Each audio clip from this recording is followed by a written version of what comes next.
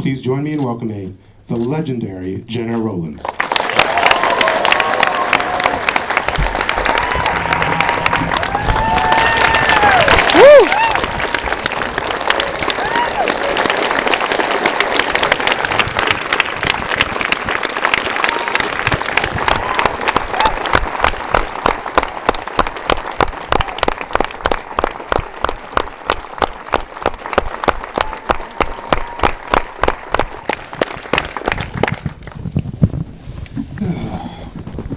You know, it's an important evening when we not only have one legend on stage, but we have another legend sitting in the audience, and Carol Kane over here, who came up just for this.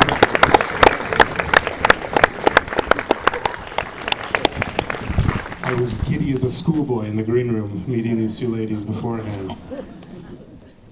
As I mentioned, it's been 20 years since the Cinematheque has done a retrospective of John Cassavetes' work, and yet the films remain so fresh, they're so relevant even today. Why do you think people keep returning to his work? I don't know really, except that maybe they haven't seen them before. Anyway, I hope they keep coming. You made 10 films with John Cassavetes, but I actually want to start right at the beginning. How did you two meet? We met at the American Academy of Dramatic Arts in New York. And I was on stage and he was in the audience, because that is the way you take exams in a Dramatic Academy. And one thing led to another. Was it an immediate attraction? Yes, I'm afraid so.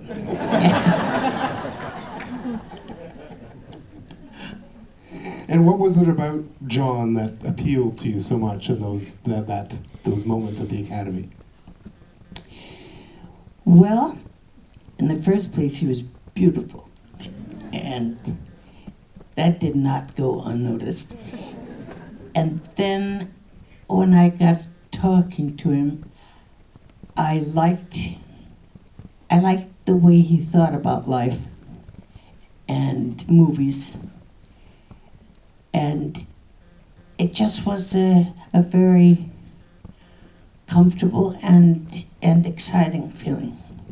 And how would you describe your working relationship ultimately with him? I think we got along best when we were working. And everyone thinks it would be very hard to work with your husband, but it isn't. John adored actors, all actors. And when you know that someone really likes your work and really, the congeniality of it was wonderful.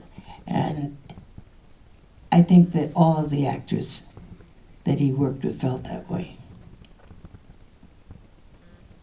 You worked with on stage, on television, and on film with him. Was there a difference between those aspects, or was it always the same for you? No, I had intended to just stay on the stage. I had no interest in movies at all. And it was John who became, I was working on stage in a play called The Middle of the Night with Edward G. Robinson. And so at night, John would teach a class across the street where Fosse let us use his studio. And because live television was so new, this is in the 1950s, of course, and really only lasted for 10 years. And so the actors didn't know exactly what was involved in working on it. So they asked him if he'd teach a class, because he had done, as an actor, quite a few of them. And then they got so that they started doing improvisations. And they all like that. And in fact, I don't know if you've played Shadows here, but that was from an improvisation that they started there. And John just got more and more into it. And he lured us from the stage. You know. Ben Gazzara and Peter Falk and all of us were going to just stay on the stage. But his enthusiasm for it and the originality of his work intrigued us. And so we found little by little, he got us. And then he lost interest in acting himself, which I was very sorry because he was a good actor. But he just liked directing and writing, and he just went totally in that direction. So even in those early TV days, that improvisational style that would be so famous in his films, he was already developing that then? I don't think it was that definite that I felt it. It was just that he felt that there should be more room for pictures, that they didn't have to all be so similar, and that he was interested in reality, working people. It was, and the way that people spoke. One of the reasons that I think that people often think that everything was improvised is that John didn't write like a writer. He wrote the way people speak, and not necessarily correctly or grammatically or anything. And it just gave its own reality, and it was. It did sound as if it were improvised. But of course, a lot of work must have gone into making it seem like it was improvised. That naturalism is not easy to achieve on a film set. I'm sorry, I didn't hear. That naturalism, the fact that it seemed improvised was, of course, I imagine, very difficult to achieve. Not if you followed his script. Because it was very clearly scripted, and everybody felt so easy on the set that there wasn't as much stiffness as there often is in more formal things. And there was that room for the performance as well. Yes. He's often credited as being really the father of American independent cinema. Just how difficult was it to get some of these movies made? Well, it was really totally impossible. But we had one advantage in that both of us had been working about 8-9 years as actors. And so when we financed all of our films with our own money. And that was hard because we ran out of it quite often. But we would go then and work for somebody else. And that we'd take what we made for that and put it into our movies. So it was a peculiar relationship with money, and but it did work. And whereas young people now who are making their independent films don't have the advantage of having a second career, so they don't have a source of income. And that's tough because when people give you the money to do something, they expect you to do what they wanted, and we wanted to do what we wanted to do. And it worked out, though. I wouldn't say it's the easiest way of making films, but nowadays I think with all of the new cameras and all kind of technology, and I think that we will probably see some very original work from those little cameras, and just the whole thing is so much freer, and so many people know how to do it. So I'm very hopeful. Do you think he would have embraced the small mobile cameras of No. today? No, he liked it. He liked his eclair and his, you know. Well, why don't we take a look at a scene from your first film together that you worked together. Let's take a look at a scene from Faces.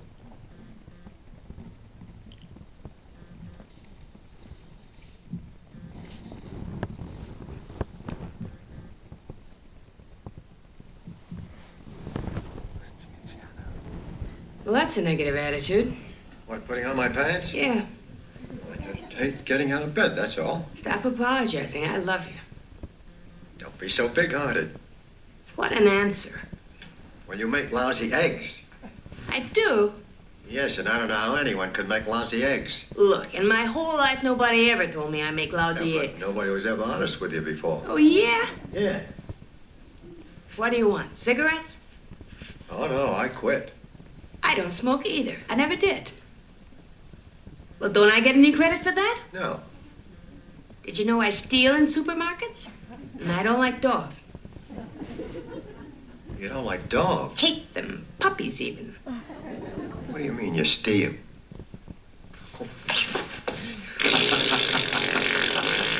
Oh, you jerk. Just don't ever say you know all of Gena Rowlands' secrets. You're wearing false eyelashes. So? You're stupid. So help me God, you're stupid. I'm stupid. You can't even say a decent Peter Pepper picked a peck of pickled peppers. All you do is say, Peter Pepper picked a peck of pickled peppers. Well, that doesn't make any sense. I dream of Jeannie, Peter Piper, laughing, dancing, having a good time. Does it begin to come back to you? Oh, you're such a child. I am not a child. You're a lousy dancer. You ought to take lessons. Well, I took dances. You know, you have a tenor, too. You can't even carry a tune. But last night you danced and you sang and you just let it all go. And didn't we have a good time? You liked making love to me, didn't you? Yes, I did. So you see there, that's good, isn't it? And you enjoyed my company, too, didn't you? I enjoyed your company. And you said that you trusted me, didn't you? Yes, I did.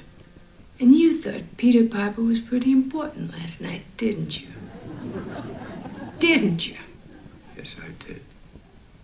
You see, I'm always right.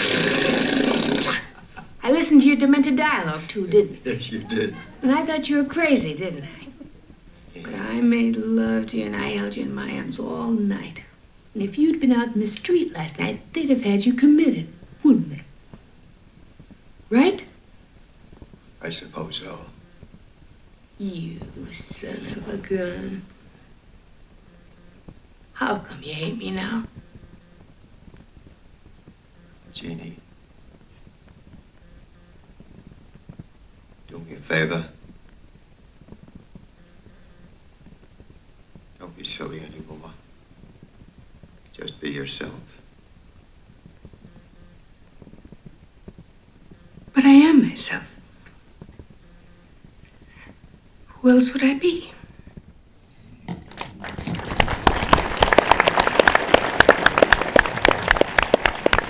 haven't seen that in a long time. Well, first of all, I can't believe you make bad eggs. Given that you had the freedom to make the movies you guys really wanted to make, what was it that, tell me about how Faces came about. Well, this is the scene with the prostitute, me, and the other part of the picture was him and his wife, Lynn Carlin, who did a brilliant, brilliant job. And it just wasn't working. And it was not only not working, it was terrible. And they just did one thing after another that just tore their marriage apart. And I believe that John felt that many people were in that position. And so he wrote about it. Because we already see there, even in that scene, that rawness of emotion, that strive for reality, that is so much the trademark of his style. Was it really that emotional truth, that truth of our lives that he was really wanting to connect with? Yes. As he saw it, it was a very individual thing. Our pictures were always controversial. And some people just hated him and some people just loved him. And we just kept making them because we liked him a lot. And a film like Faces took how many years for completion? I don't know. It seemed like a lifetime.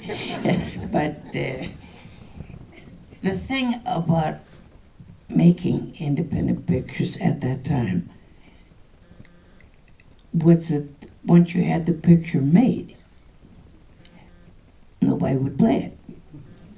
Because the distributors are not artists, they are businessmen. And they quite rightly said to John, look, John, I love your movies, but you're going to make them every 3 or 4 years, and I have to have a movie in my theater every couple of weeks, which the studios provided. And so that made it very hard to get any kind of distributor. So after Woman Under the Influence, everybody said no. They said, who wants to see a movie about a crazy middle-aged dame? And so John said, okay. He said, I'll get the distribution. I said, I don't know how. We've approached everybody that there is. He said, no. Let's go down to the all-night newspaper stand. And I said, okay, what for? And he said, we'll buy all the out-of-state, out-of-town papers, especially in the towns that we liked this. And he said, I'll see what's playing where, in what theater. And if it's playing a movie that we like, then I'll call them. And I said, well, John, what are you going to say when you get there? He said, I don't know, I'll think of something. And I said, but what if they won't talk to you? And he said, they'll talk to me. They'll talk to me. He said, they'll talk to me because they just as soon go home and tell their wives they told John Cassavetes to go jump, And so he did call, and he did get a lot of activity.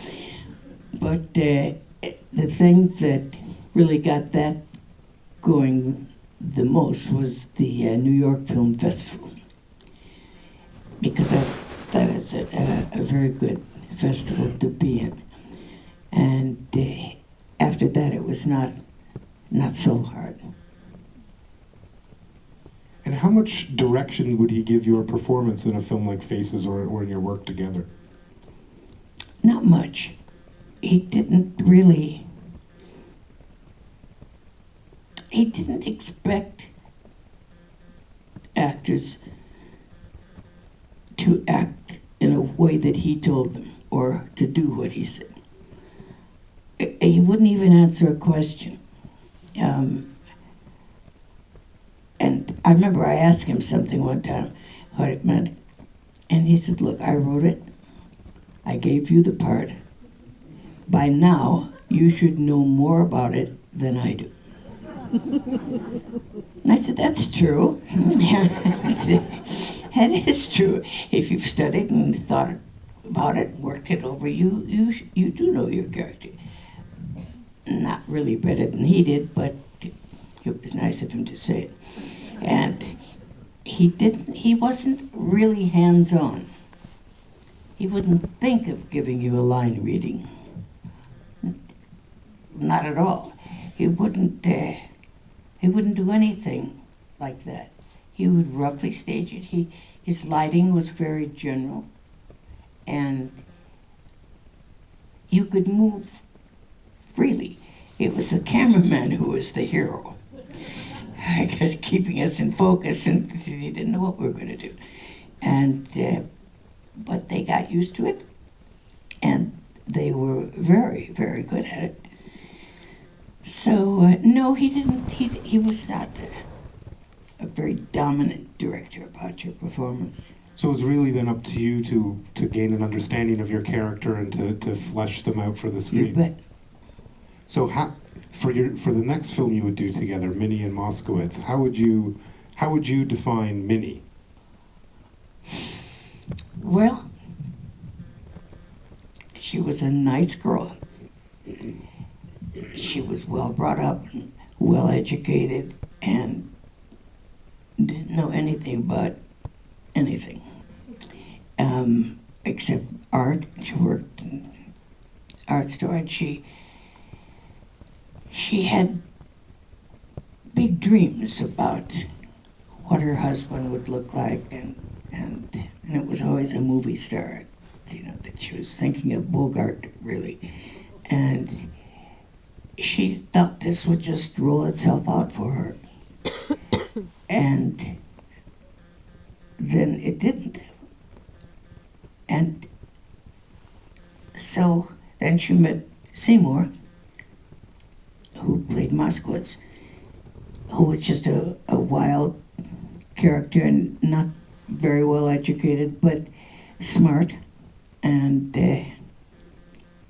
he pursued her fairly relentlessly. And pretty soon she had to notice that she liked him.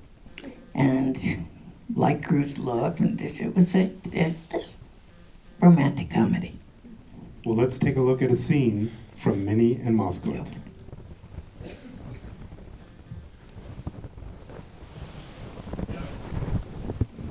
You think I'm an idiot? Stop it! Huh? Damn it! Come here. Seymour! Look, I think about you so much I forget to go to the bathroom. Oh,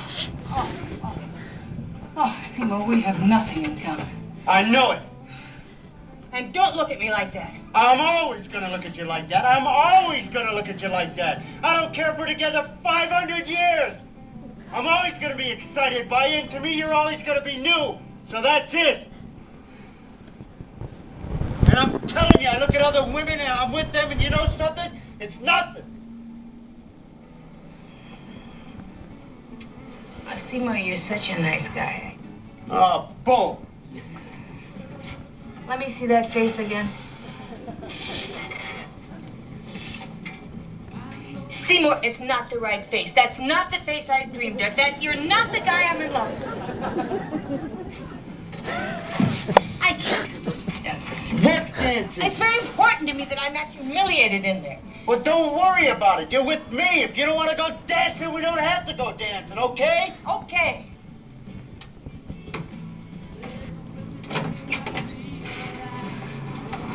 Okay.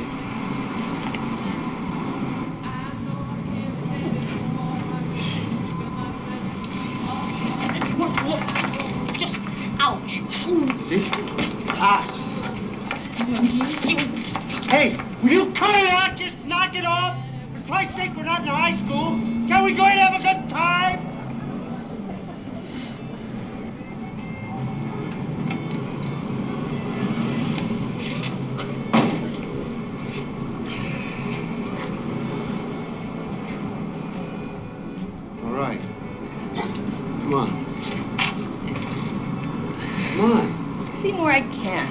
You can.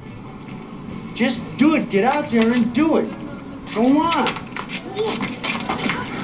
Do it. Listen to me.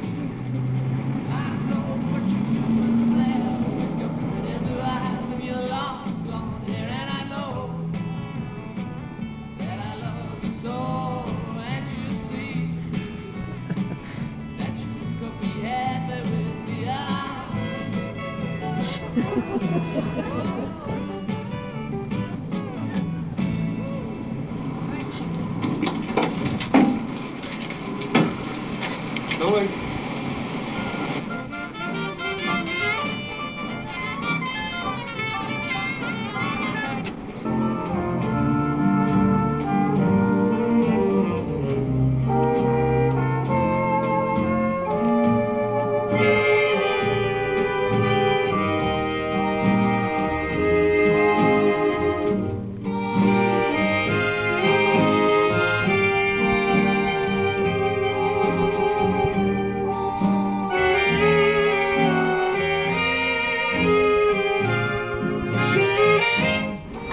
Minnie, you dance. Why do you dance? I do. Oh, I know you do.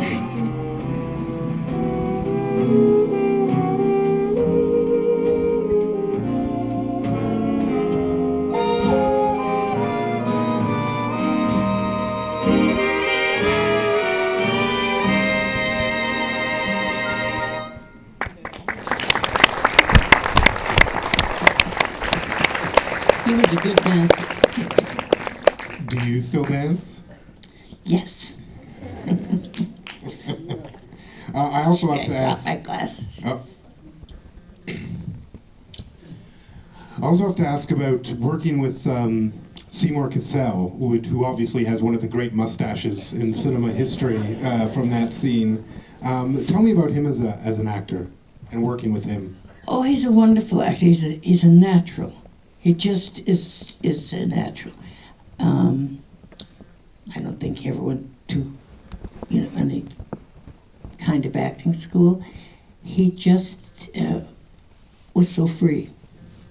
And I don't know, I really can't say enough about him. He's good in everything he does.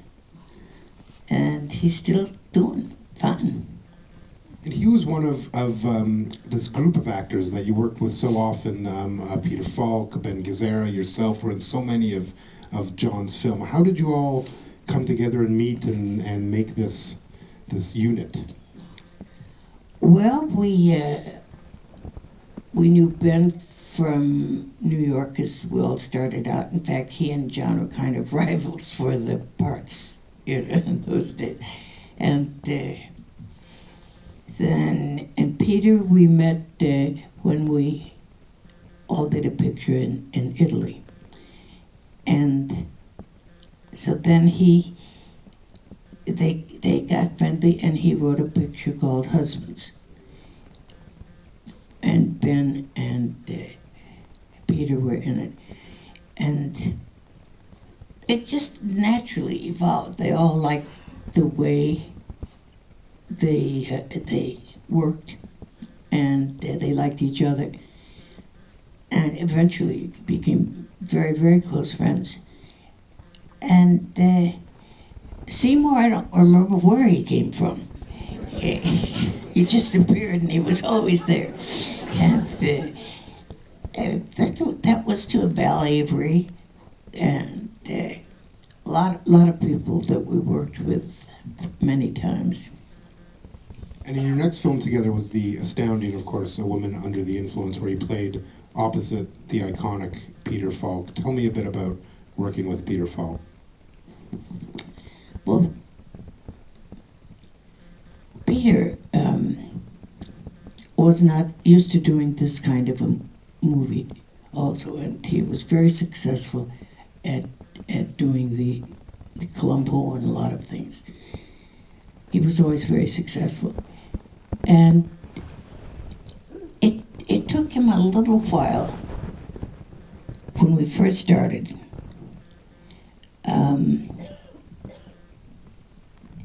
to be very free, because things that he had been doing were of necessity, very controlled. But it grew on him, and he became wonderful at that way of working, as well as the other ways. And I think he was just terrific. In A Woman Under the Influence, you play Mabel, the wife to his Nick. How would you describe Mabel? Well, she was she wasn't exactly normal. She was a little different. But she adored her husband and her 3 children obsessively. But she was in a hard position with his family because they were very conventional Italian family, and the mother was, she was not a fan, you know, which happens sometimes. And so he was a worker for the city, and he had long hours, and she didn't care about seeing anybody else. She wanted to see him. And so there was a great loneliness on her part, and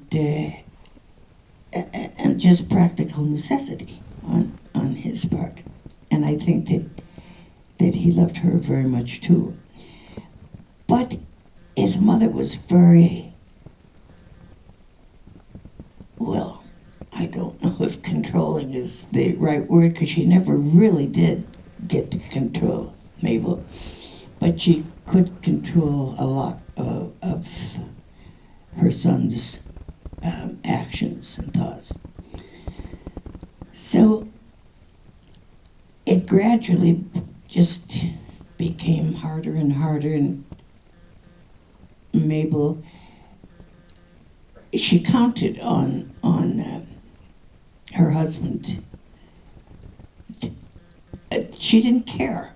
She could take anything as long as he was with her, and that was it. He didn't make any difference.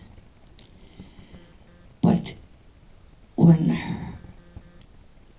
he started siding with his mother a little bit, because my character could be a big pain in the neck sometimes too, because she was not, you know, she just could be irritating, and also with her obsessiveness. And so she finally had a breakdown, and then well, I don't want to tell you the whole movie, but that was the setup. Everyone should stay later tonight to see the movie, of course. It's a remarkable performance by you in the film. What did you draw on to build the character of Mabel? I'm never able to answer that question. It's you just start thinking. You read the script many times, and I try not to even form an opinion. I just read it, and then you just think. A great deal of acting is just thinking about it, and then something that your character does will remind you of something you might have seen in a restaurant, or somebody's mother, or some friend of yours. Just, it's interesting the way they just appear for you.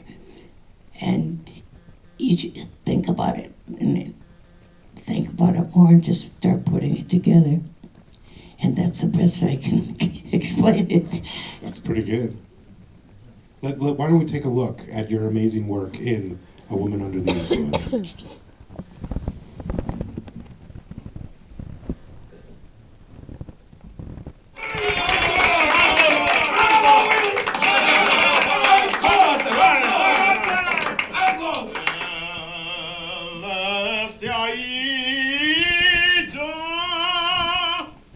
For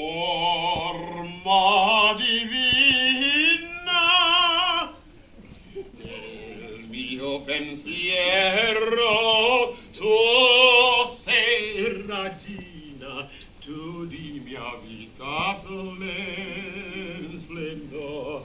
Il tuo bel cielo vorrei ridardile del che prezzi del tuo del sol.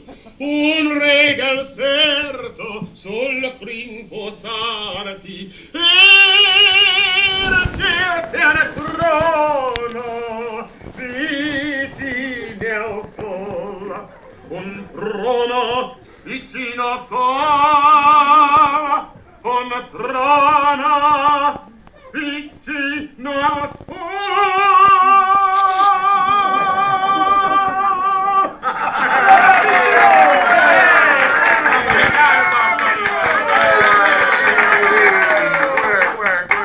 Okay, now a song from you, Billy Tidrow. Nah, I can't sing. I can't sing a note. Well, come on and dance, and anybody can dance. Nah, that ain't too cool. I love this face. I love that face. Nick, this is what I call a really handsome face. That's enough. Okay, come on, let's dance. Nah, I better not. Look at this muscle. I That's never enough. saw such muscle. I bet he doesn't fit in his suit. Maybe Come on. that's it. You had your fun, it's enough. Come on, let's dance, Aldo. Come on. All right, everybody's tired, that's enough. Come on. You want to dance? Come on. Vito Grimaldi. Get your ass down!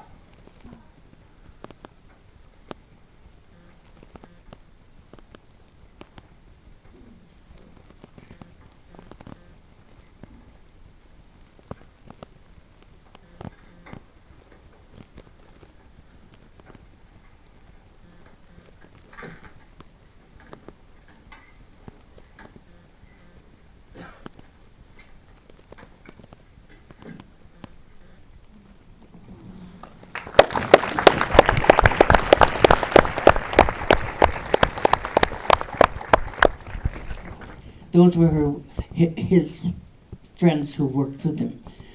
That he came, they had to work late, and they came home early in the morning, but she was delighted to see it.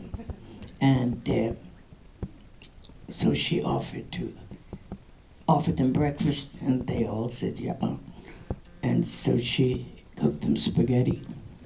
And then there was this scene which kind of expresses itself. Well, it's an absolutely riveting scene. You can't take your eyes off it when it's occurring, and certainly part of that is the amazing performances occurring in the scene. But also, one of the real hallmarks of a Cassavetes film are the multiple layers of meaning that are going on at any given time on screen. And even in a film like Woman Under the Influence, just as an example, it's obviously a relationship drama about this married couple, but it's also about the pressures of domestic life, social expectations, identity. She's really searching for her own identity. How conscious was that layering of themes while you were making the movie?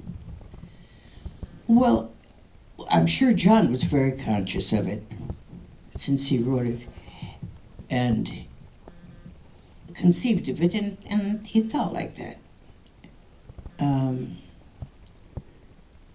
I don't think that I thought about anything except my character. I think generally that's a good idea, because if you don't and you start thinking about everybody else's character, that's not usually a welcome thing to do. So I think you would have to give all the credit for the layering and the different thing to John. And we'll give credit to the brilliant performances to you.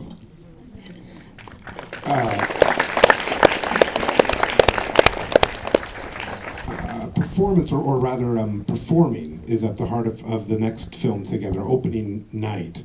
What was the genesis of this movie? How did Opening Night come about?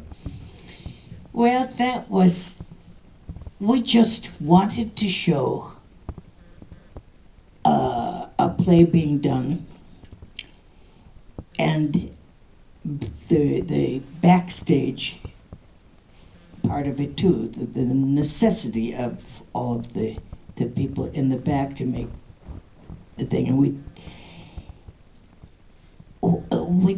we wanted to show how far an actor would go to try to find her character. And so it tells a lot about acting and about the work, though it goes quite far in doing that. But naturally, being actors and directors and writers, we were all very interested in the subject, so we did that.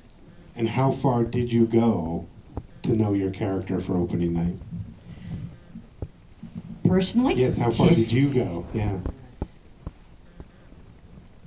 Well, I don't know. I didn't go crazy, exactly. But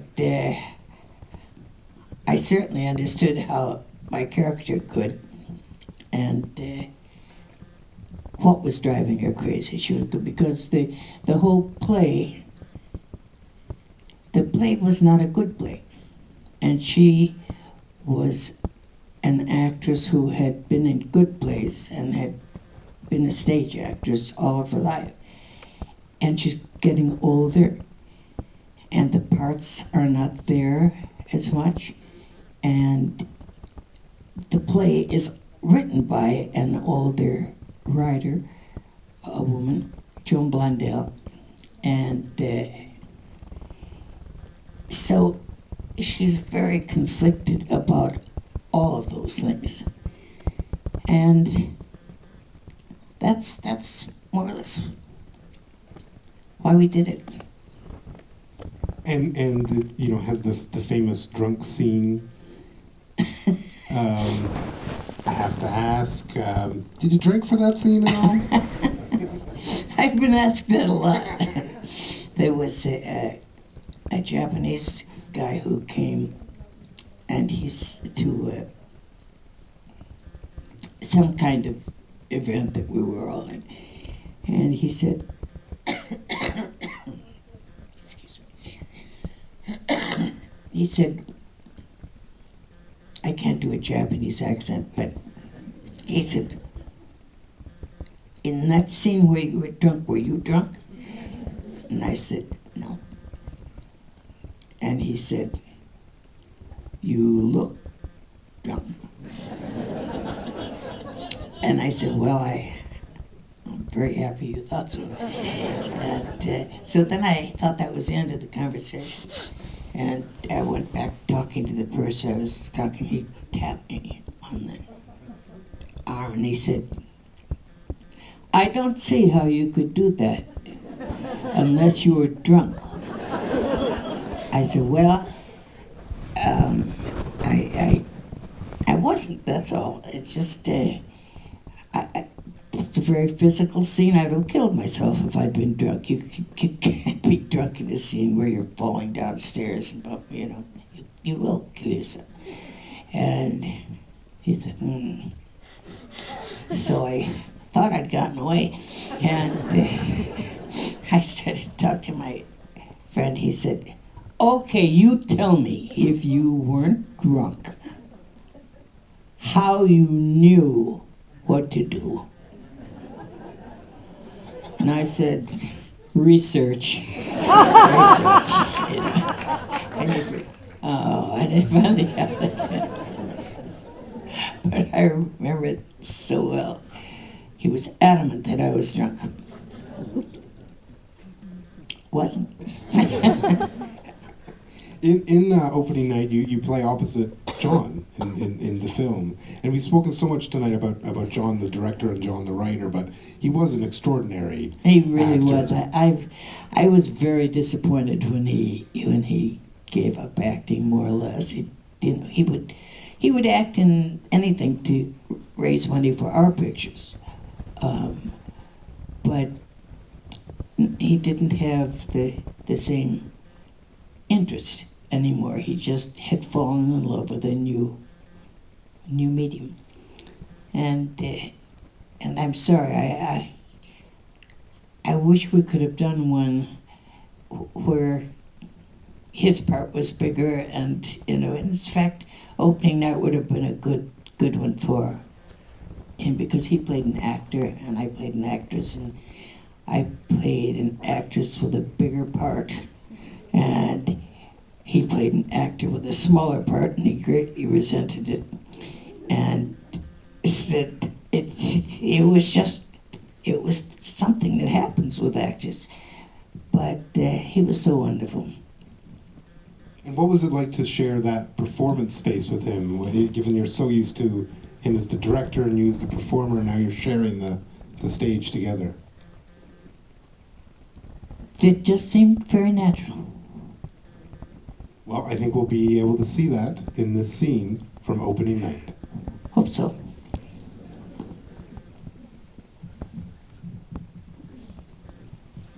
Well, honest to God, he's not going to hurt you. Now, look, you do it to me. Come on, do it to me. Here, loosen the hand. Ready? Hear that? One more time. Okay, now hit Maurice. Good, good. All right, we could do it, but, we could swing at you and miss, but then we wouldn't hear the slap. So, try it one more time. Hit her in the face.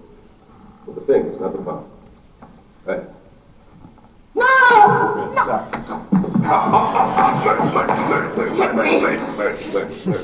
Take it easy. Now, yeah. What's the matter with you? Do I love you? Do I want you to be good? Yes. Would I hurt you? No. Well, then you're going to have to let me slap you. Huh? It won't work it, All right? Okay. Let's go. From, where, Sarah? Start with "You Don't Get to Me." Okay. Places, please.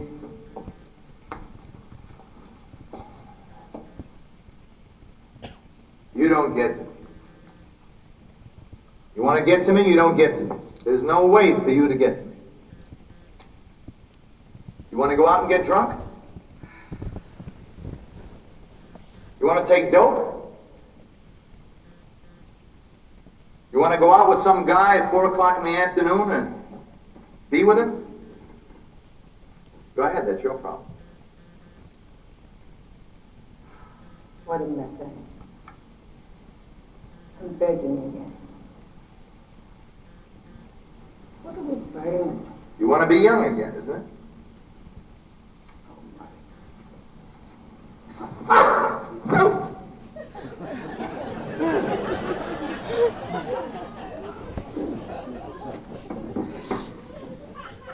Oh, that was good.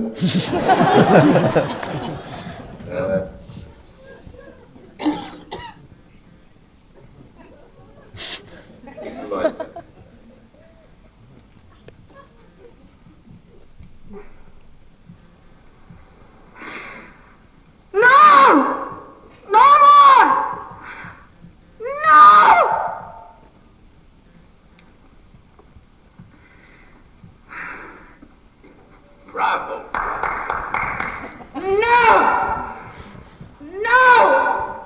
No more! No! No! You all right? No!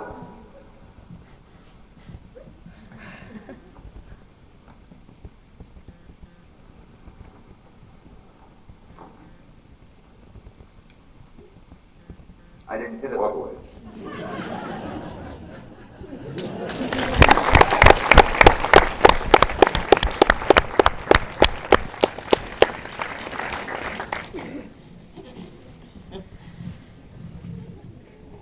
The scenes are so emotional and powerful. Is it invigorating or draining to perform in a movie like that? Oh, it's wonderful. It's wonderful. It is draining. I mean, it's physically tiring, but it's a wonderful job to have.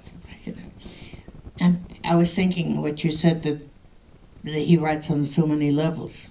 You can see so many in that scene, even when she's yelling no, no, no. Is she yelling no at the scene? Is she yelling no at her life? Has she been an actress too long and she's saying no, no more being slapped, no more, you know? Is she saying no, I don't want to come out and expose myself for being sick with the being vulnerable to aging? I mean, it could mean so many things under the circumstances, but John could keep it funny. You know, he could keep it funny, and you still got the message. Yeah, I love opening night. I think that all comes back to that search for the truth, and that you know, our existence is multi-layered, and so should the work. But it's interesting that truth was so important to you and this group of artists, given that so much of the Hollywood movies that had preceded John's work were so much more about escapism or leaving truth a little bit behind. So what was it as a group of artists why was that truth so important to you? I don't know. I really don't. It just was what it was. All of us cared very much about it. And he gave us the opportunity to play the different levels. And we do get a little extreme in this too, later on. But no, it was something very dear to our hearts. Now, my all-time favorite film of yours has always been Gloria, and you just kick so much ass in this movie. It's so fantastic. It makes me swoon every time I see it. Where did Gloria come from?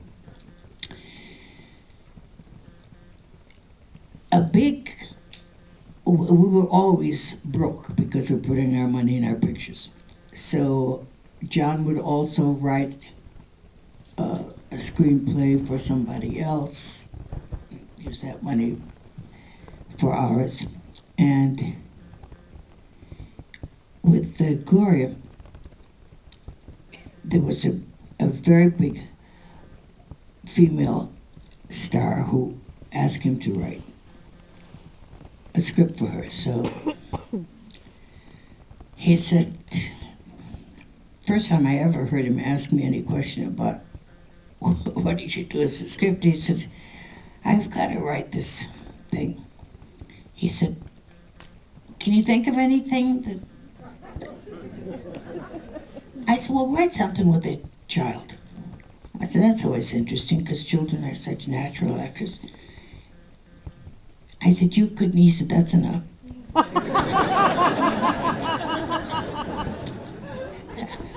So he wrote the script, and I just loved it. And she didn't. She said, no, she was and is a very glamorous star, and she didn't want to. She said, that has too much of a maternal quality. I don't want people to think of me in a motherly way. And I thought, well, it takes all kinds. But, so John didn't like it. He didn't like it at all, even when he didn't finish. And he was not a bit disappointed, except that he needed the money for our other pictures. And so the agent,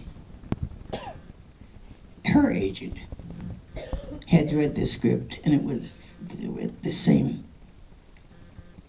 agency. And he said, John, this is a terrific script. He said, I can't believe you wrote it. And he said, he said, why don't you have Jenna do it? And he said, I wouldn't even offer it to her. It's just a it's a fantasy. It's a one woman takes on the entire mafia and wins, you know. And I said, I know you don't like it, but I really do. He said, well, he said, do you really? I said, yes. He said, because I could give it to someone else to direct. I said, no. I'd really like you to direct it. So as a favor, really. He said, okay, he said, but I hope you won't be disappointed in it. He liked more serious things. And, but then he, you know, once he agreed to do it, he poured his enormous talent all over it. And we had a very good, I did anyway, and had a very good time. And that little boy was so wonderful. And so that's, he even when it was done, and well, he wouldn't admit to liking it. But I think he did a little bit. Well, thank goodness that other actress felt that it would be too maternal, because you are Gloria. And then, I mean, we needed, can you tell us who that was? Can you just give us a hint? Come on. There's no one else here. You can tell me. No.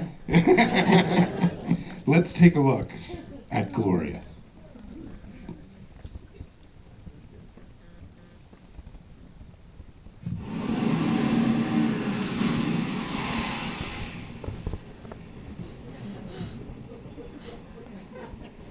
Gloria, Yes? you know, we're not interested in you. All we want is the book and the kid. Do you understand? Sure. Gloria, why don't you take a walk? We'll take care of that kid. You got that book, kid? Come here. Frank. What you gonna do? Shoot a 6-year-old Puerto Rican kid on the street? You don't know nothing. He don't even speak English.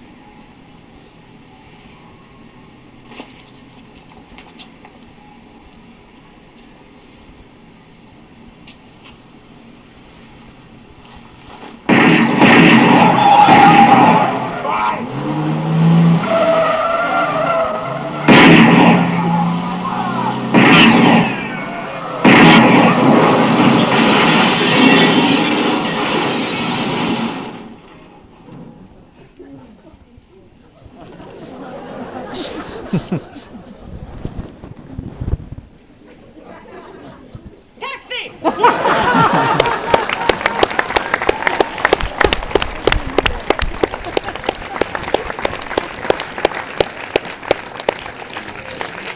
How much fun must have that been? Is there a lot of you in Gloria? I doubt it.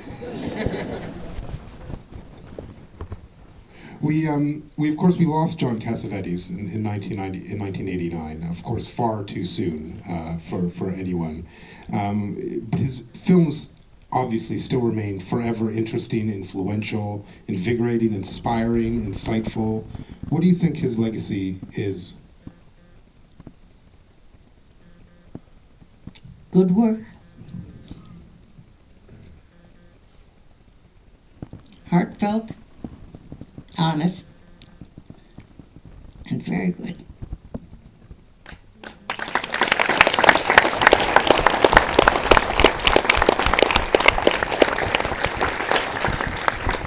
And now, folks, is the time in the evening where I will turn to you to provide the questions, and we'll open it up to a question and answer. We do have some microphones on either side, so if you can just raise your hand, and we'll get a mic to you as soon as we can. Gentleman right here. Keep your hand up, sir. You can probably hear me anyway. I think it's better for the cameras and everyone if we do it on mic. That way everyone can hear. Good evening. It's such a pleasure to hear you and meet you for all of us. One of my favorite films of all time is Another Woman, the Woody Allen film. And I was wondering if you could share with us some of your thoughts and experiences about that film. And I was wondering specifically, did you relate very strongly to that character? Well, I liked the screenplay very much. And I wouldn't say that I related personally to the character, because she was one way, her way, and that's a pretty tough road to follow. And so that I wouldn't say that I personally felt a rapport with her, but I did have a lot of interest in her, and I loved the screenplay, and I was happy to play it. Yes, sir? Wait for the mic. Thank you. Earlier you expressed that you wished that you had the chance to play a part with John where he had a bigger part, correct? When you said that, I couldn't help but think about Love Streams. What was the experience of working with him in that, especially with you playing something that's opposite to the nature of the relationship you had, I guess, because you're playing a divorced couple?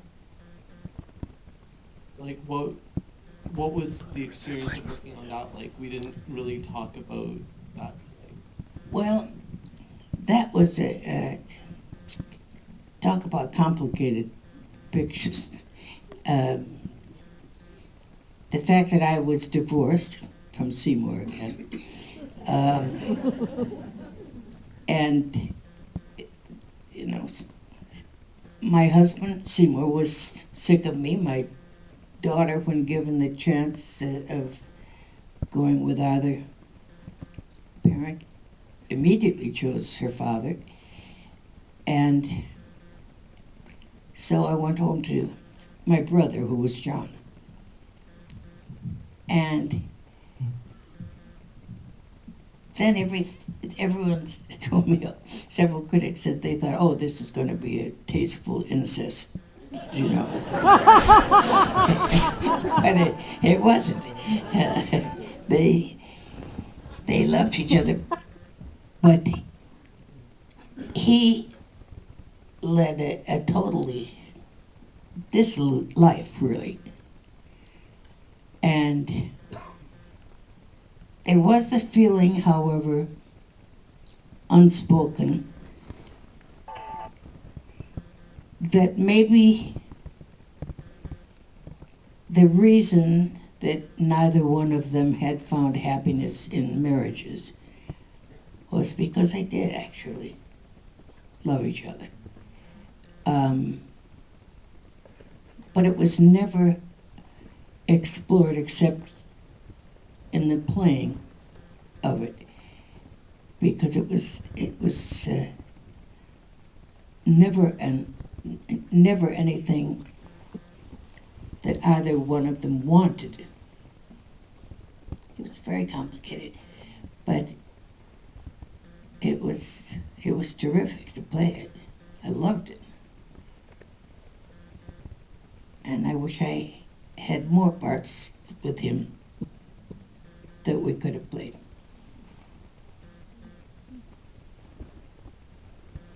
Oh, here, next question. It's just an honor to speak with you, Miss Rowlands. Because Mr. Cassavetes had to do films to raise money, I wondered what his impression was of other directors, most specifically how he liked working with Roman Polanski in Rosemary's Baby, which I thought he was brilliant in. It's a brilliant film, and I loved him in that. I wondered if he talked about that and what his feeling was about taking direction and being in a film like that. Well, I thought he was very good in that too, but he didn't like Roman Polanski at all. And he particularly didn't like Roman Polanski. Outside of that, he didn't talk about it much.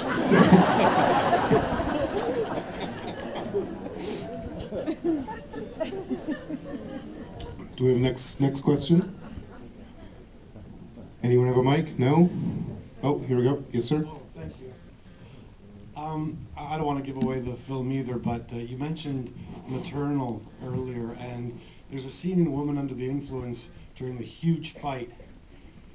I can't believe I'm even talking to you about this scene, but when the kids run back to their mother, it is the most powerful thing I've ever seen. And how did you guys pull that off? Because it's just, it's excruciating, but it's amazing. You mean when they were running up and down the stairs and yeah. up and down the stairs?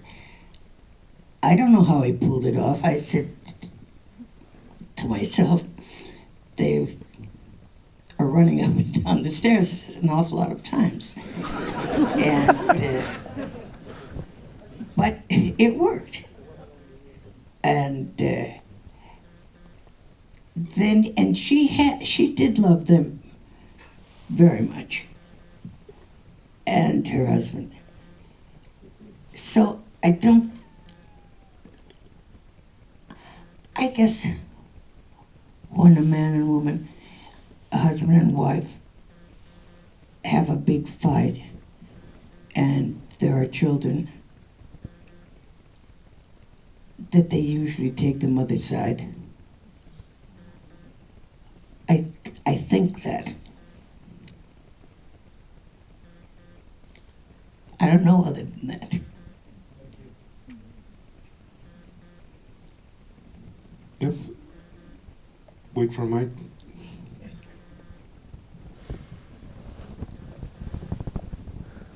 Hi. We all know how accomplished actress you have been on stage and in film, but you did a lot of television.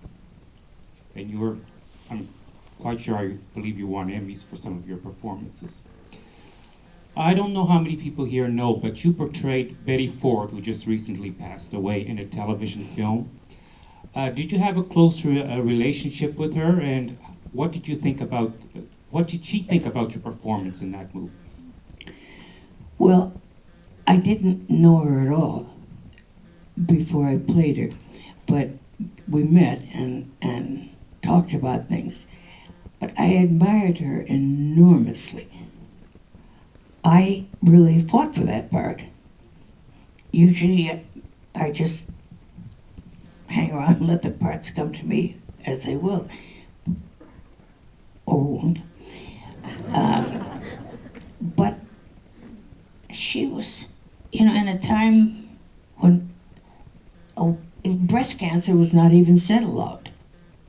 It would be shocking. In a time when everybody kept everything, especially a woman in her position. And then when she came out with her drug problem and alcohol, and then went to great trouble to establish in the desert that recovery. But I couldn't think of a woman who had done more for a country than she had. And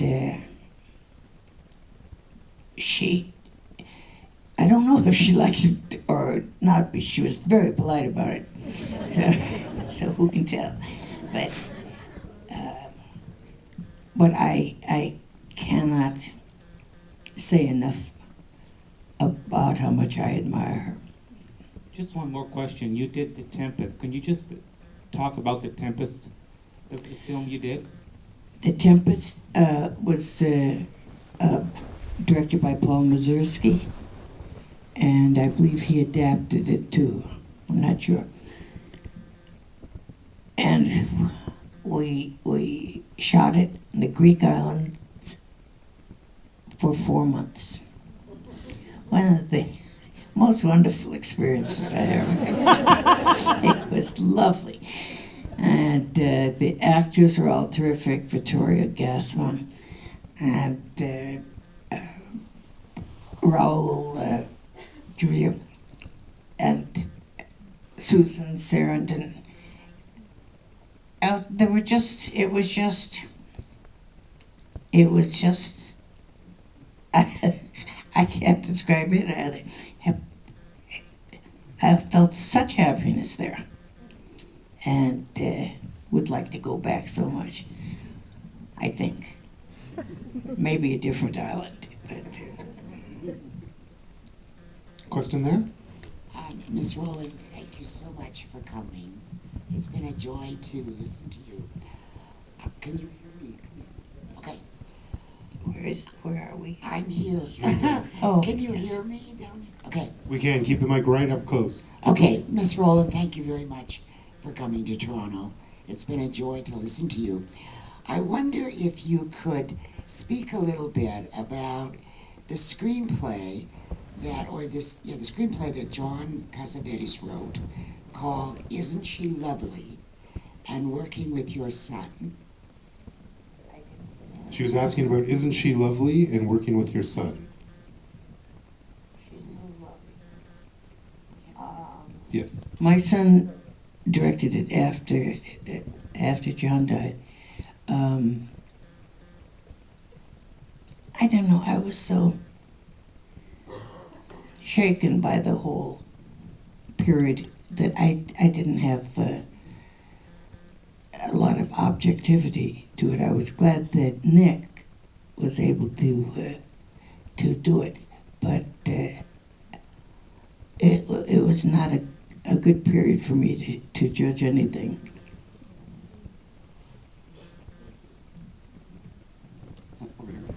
Yes, next question. If you have a mic, just...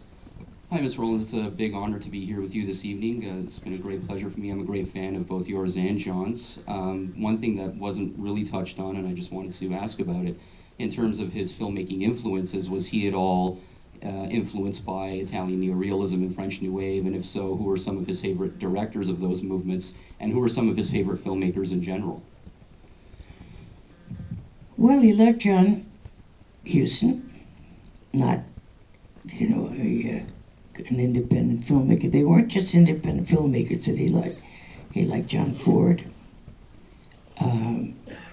He liked many of the French directors. I think, not surprising, it would be probably the same directors that the rest of us would like.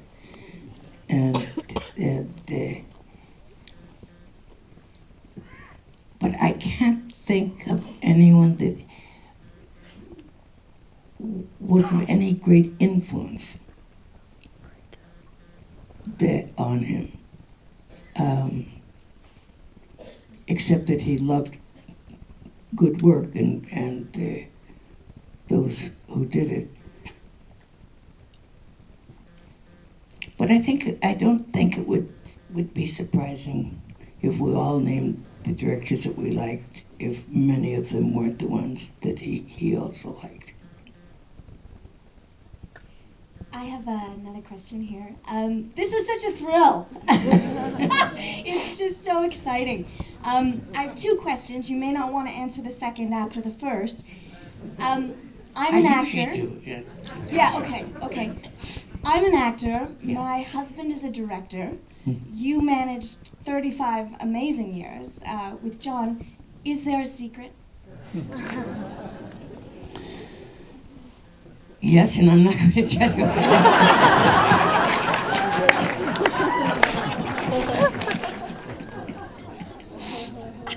Well, I accept that. Much like, I guess, those movie houses who wanted to go home and say that they'd said no. My second question is, so many others ask questions of you. What's your favorite question to answer? I find most questions very interesting because it tells me, I have no way of knowing how people feel about our films or what they're thinking about now, and younger people, that I'm a great deal over their age. I'm not sure where their interests lie or their problems or what they just want to talk about. So that I'm very honored, really, to be asked questions and to be able to understand more. Got time for one more? Right in the middle there. He's been dying since the beginning. Get him a mic. Get that guy a mic.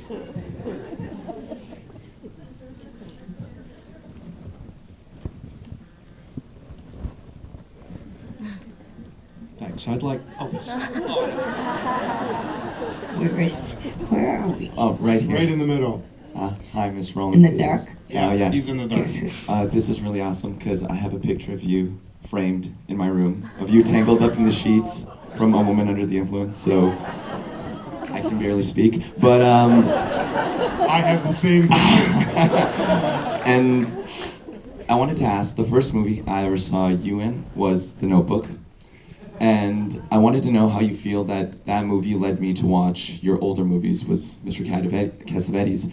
And I was wondering if you feel that a movie like The Notebook is a great entry point for people to want to explore the older movies and to get into them and to find out what, those older movies are a little different than The Notebook.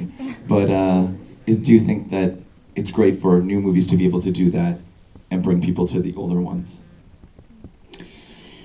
Well, I hesitated about doing The Notebook at first because my own mother died at 95 of dementia, and it was a subject that I was not keen to examine. But then I thought, no, you're just not thinking right.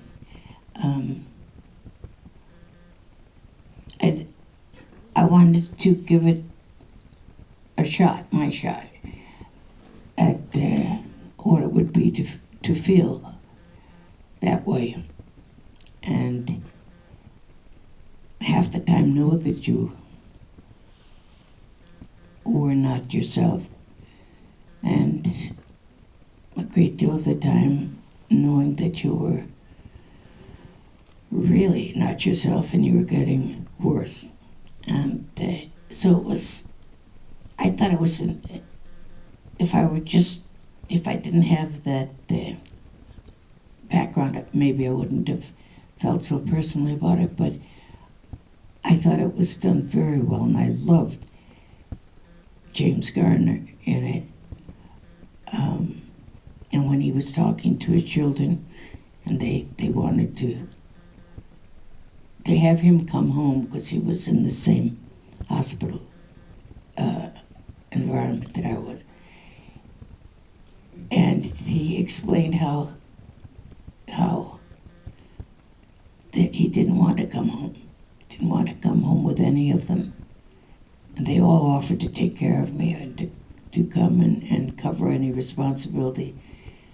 But he said, where I was, the wife, that was his home.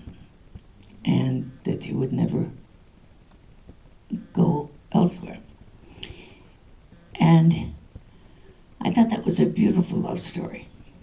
And I loved the Ryan Gosling and Rachel McAdams in that too.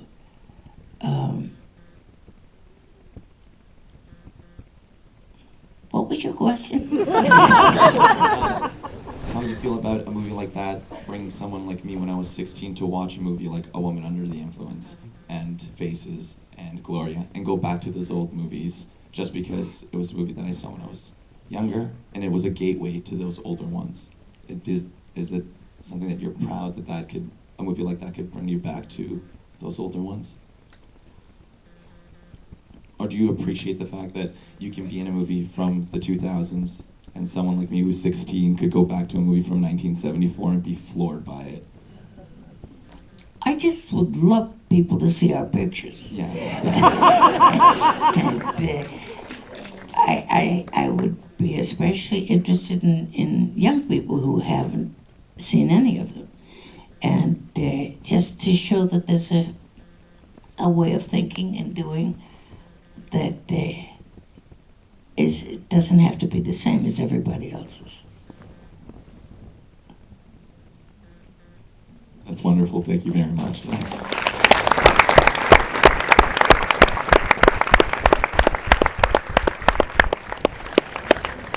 On behalf of TIFF, of everyone here, I want to thank you so much for joining us tonight, and thank you so much for your years of your own good work.